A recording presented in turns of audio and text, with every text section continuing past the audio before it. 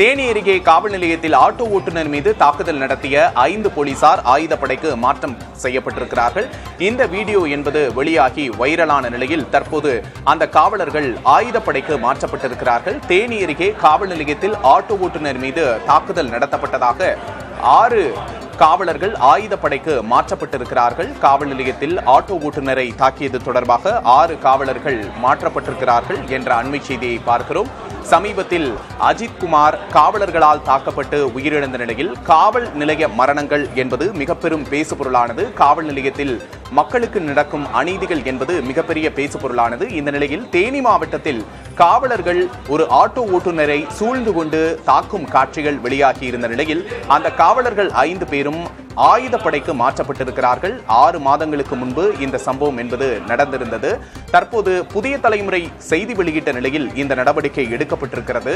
புதிய தலைமுறையின் செய்தி எதிரொலியாக 5 காவலர்களும் ஆயுதப்படைக்கு மாற்றம் செய்யப்பட்டிருக்கிறார்கள். தேனி அருகே காவல் நிலையத்தில் ஆட்டோ ஓட்டுநர் மீது தாக்குதல் நடத்தப்பட்டது விவகாரம் தொடர்பாக 5 காவலர்கள் ஆயுதப்படைக்கு மாற்றி எஸ்பி உத்தரவு பிறப்பித்திருக்கிறார். 5 காவலர்களும் சூழ்ந்து கொண்டு அந்த ஆட்டோ ஓட்டுநரை தாக்கும் காட்சிகளையும் தற்போது பார்க்கிறோம். ஆட்டோ ஓட்டுநர் தாக்கப்பட்டது தொடர்பாக 5 காவலர்களும் ஆயுதப்படைக்கு மாற்றம் செய்யப்பட்டிருக்கிறார்கள். சிவகங்கை மாவட்டம் திருபுவனத்தில் அஜித்குமார் என்ற இளைஞர் காவலர்களால் தாக்கப்பட்டு உயிரிழந்த சம்பவம் என்பது தமிழகம் முழுவதும் பெரும் அதிர்வலைகளை ஏற்படுத்தியிருந்த நிலையில் காவல்துறையினரின் அத்துமீறல்கள் பெரும் பேசுபொருளாக மாறியிருக்கின்ற இந்த சூழலில் 6 மாதங்களுக்கு முன்பு தேனி மாவட்டத்தில் நடந்த இந்த சம்பவம் பெரும் பரபரப்பை ஏற்படுத்தியிருந்தது.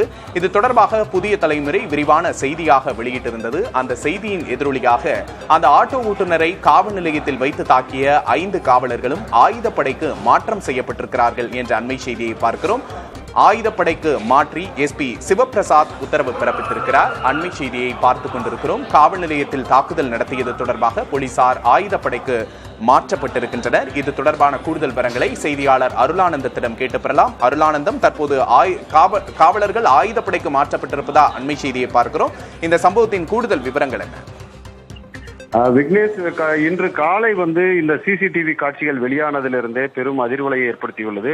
இந்த சம்பவம் 6 மாதத்திற்கு முன்பு நடந்தது என்றாலும் தற்பொழுது உள்ள மதுரை அந்த அஜித்குமார் பிரச்சனையை தொடர்ந்து இது போன்ற சம்பவங்கள் அனைத்து காவல் நிலையங்களும் அவ்வப்பொழுது நடைபெற்று வருவது உறுதி செய்யப்பட்டுள்ள நிலையில் இந்த சிசிடிவி காட்சிகளும் வெளியாகி இருப்பது பெரும் சர்ச்சையை ஏற்படுத்தியதோடு இந்த காட்சிகள் வெளியானது உடனே மாவட்ட காவல்துறை கண்காணிப்பாளர் சிவபிரசாத் ஏடிஎஸ்பி ஜெரால்டு தலைமையில முதலில் இந்த விசாரணைக்கு ஆணை உத்தரவிட்டார். அதனுடைய தொடர்ச்சியாக அந்த சமயங்களில் அங்கு காவல்துறை ஆய்வாளராக பணியாற்றிய அப்துல்ஹா உள்ளிட்ட 5 காவலர்களையும் தற்பொழுது தேனி ஆயுதப்படை மைதானத்திற்கு மாற்றம் செய்து உத்தரவிட்டதோடு இன்று மாலையில் முதல் அதற்கான விசாரணை ஏடிஎஸ்பி தலைமையிலான விசாரணையையும் மேற்கொள்ள உள்ளதாக தகவல் வெளியாகி உள்ளது.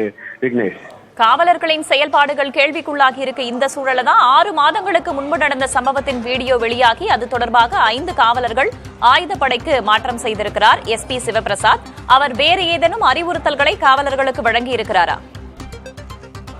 பொதுவாக காவல் நிலையங்களுக்கு விசாரணைக்காக அழைத்து செல்லும் நபர்களை தாக்குவது என்பது செய்யக்கூடாது என்பதுதான் காவலர்களுக்கு ஏற்கனவே உத்தரவு பிறப்பிக்கப்பட்டுள்ளது. ஆனாலும் இருந்த போதிலும் ஒரு சில காவல் நிலையங்களில் இது போன்ற சம்பவங்கள் நடைபெறுவது காவலர்களுக்கு பெரும் ஒரு கரும்புள்ளியை வைக்கக்கூடும் என்பதே உண்மை. மேலும் இது தொடர்பாக காவல்துறை கண்காணிப்பாளர் அவர்கள் காவல் நிலையங்களில் இந்த மாதிரி காவல் விசாரணைக்கு அழைத்து செல்லும் நபர்களை தாக்கக்கூடாது என்பதுதான் மனித உரிமை ஆணையம் சொல்வதோடு காவலர்களும் கடைபிடிக்க வேண்டும் என்பது ஒரு அறிவுறுத்தலாகவும் சொல்லியிருக்கிறார். தகவல்களுக்கு நன்றி அருளானந்தம்.